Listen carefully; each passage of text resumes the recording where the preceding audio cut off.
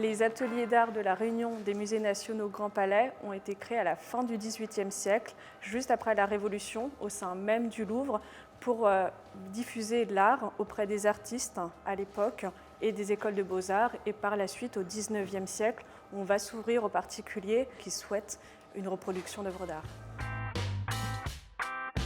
On s'occupe de la reproduction de moulages et d'estampes.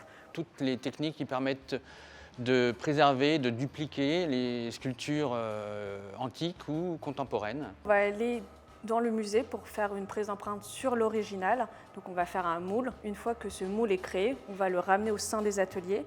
Là, si on fait une reproduction en plâtre, on va avoir plusieurs étapes.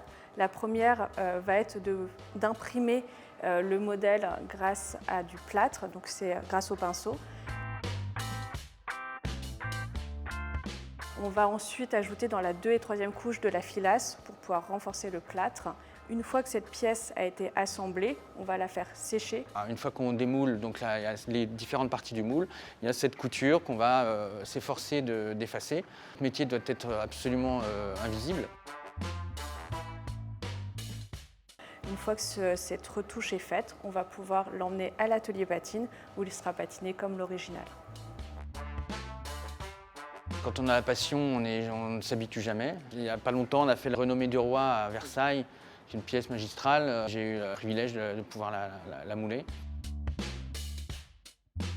On n'est pas ouvert au public, si ce n'est à quelques occasions rares comme les GEMA.